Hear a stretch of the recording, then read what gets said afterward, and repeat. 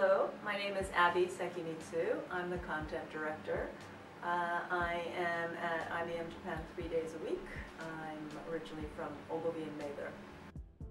Abby is joined by Masahiro Motoyoshi and Jennifer DeForge, who are both the design directors on the content team.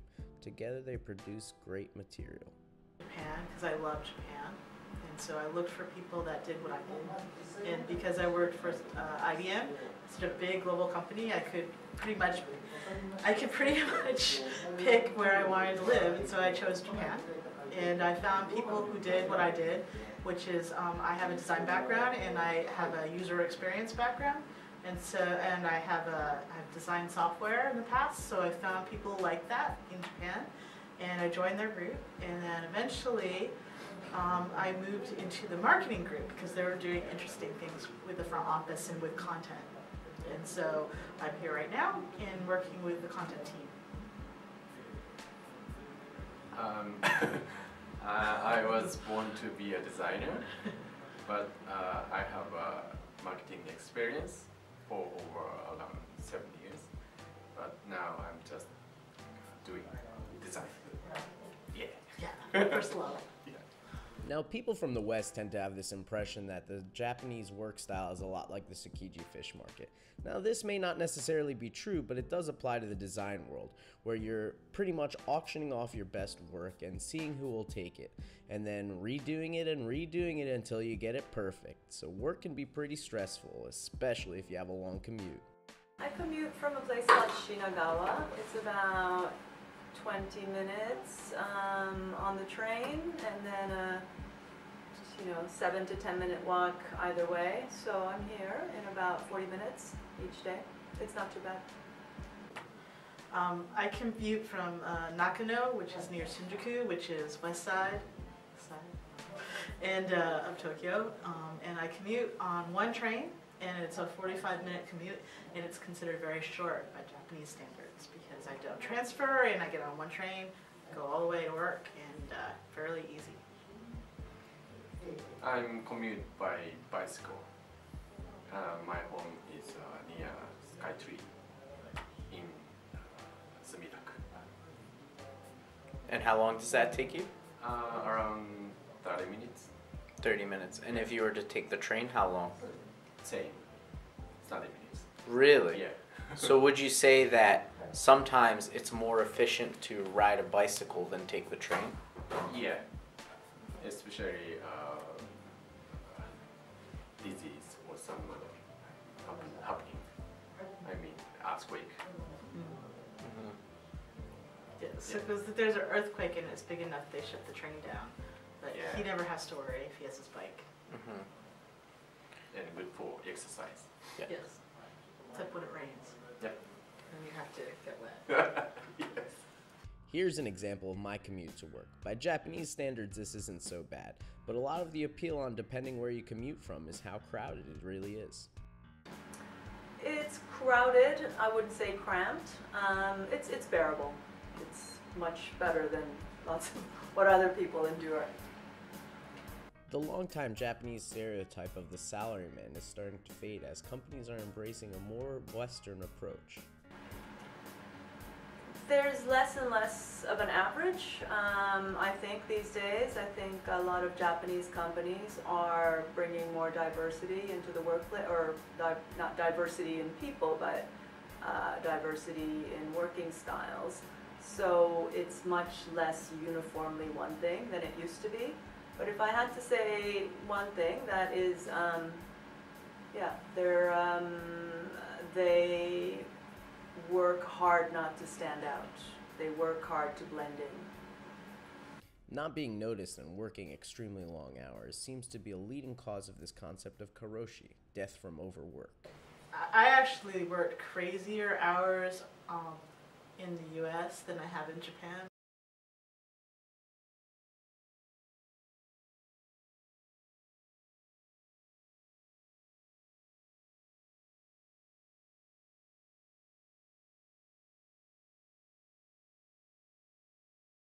In America, working from home is very normal, while it is considered incredibly unorthodox in Japan.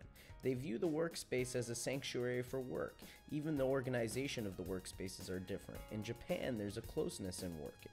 The managers sit basically amongst their subordinates, and there are no walls really between them, while in America, cubicles are common since they essentially promote independence and individuality.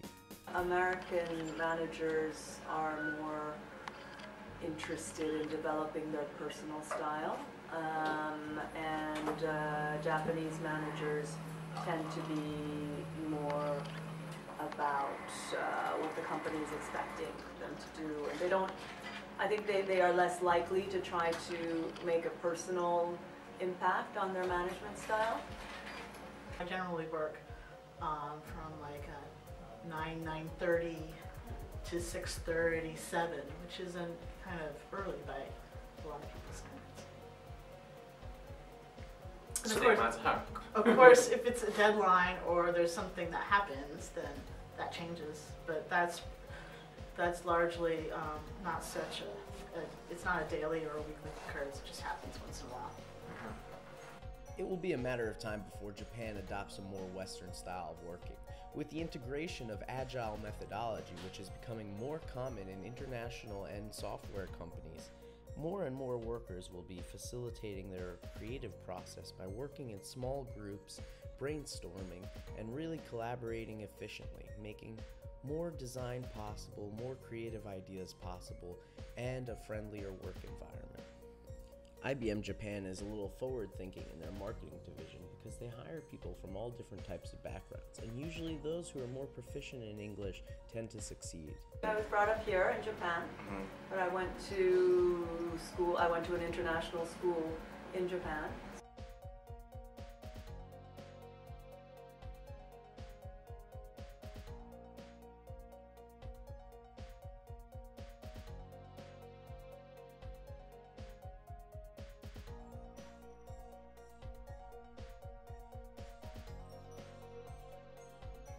Right now, at this point in my career, I enjoy being back, working in Japan.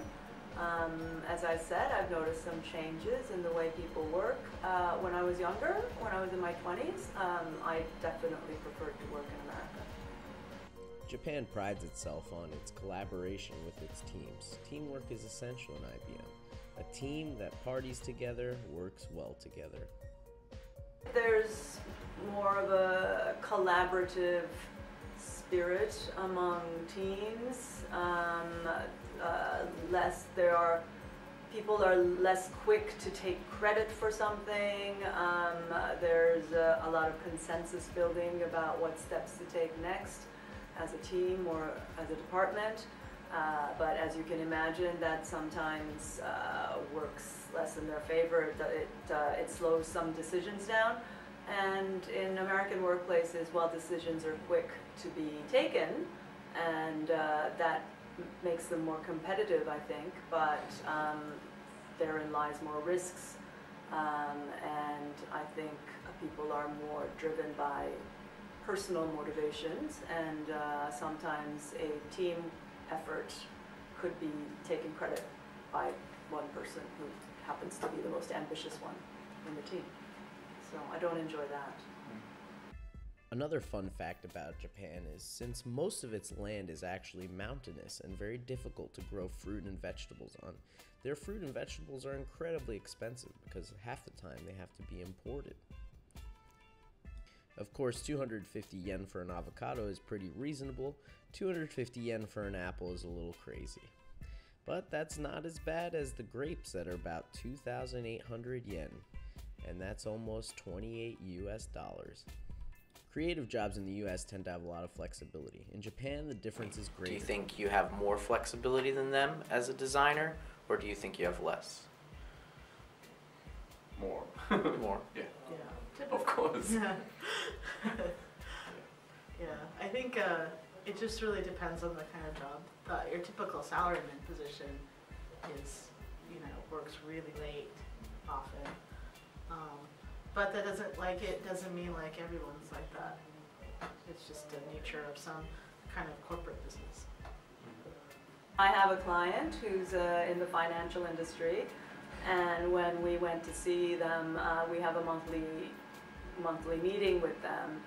And maybe about the third monthly meeting I had with them, I have another female colleague, and our client, who's a male fund manager, said, "Oh, you know, it's so nice to see people from outside the industry, or it's so nice to see people from the creative industry because I could see the seasons." So I guess his point was that men and women in the financial industry are in dark suits all the time, and it's hard to know whether it's winter or spring because they're wearing the same thing usually. Whereas when we showed up in the period of 3 months, our clothing had been reflecting the changing seasons, and he was enjoying that. So I'm glad we were of service to our client in that way. It depends on the department, I think. Yeah. So marketing having many international people, but sales or development, no culture. Yeah. It might be different depending on your department. Many people are familiar with the term otaku, but it doesn't really only mean anime. It means any hobby that you're really into outside of work or commuting to work. Jennifer here is very into her rock group. See, in the working culture of Japan, they have very few holidays, or at least long breaks, and many of them don't take them, so they find that one thing they're really into and stick with it.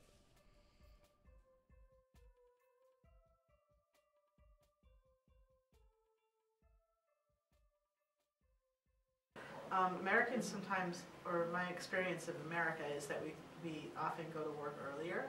So sometimes it wasn't uncommon in my office to see people come in to beat traffic, like 7 a.m., 8 a.m. Whereas in Japan, because everybody relies on the train, most people don't come in early. So that kind of like, and then most people in Japan stay later, right?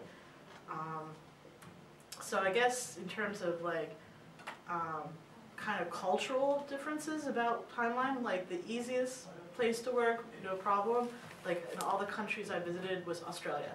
Like nobody works past 5 and like everyone's laptop closes.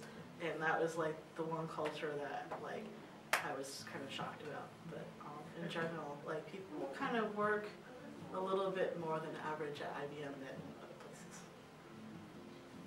In my experience, I had a commute from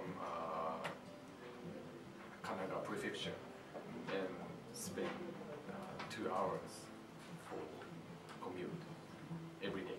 So I decided to move to close to office.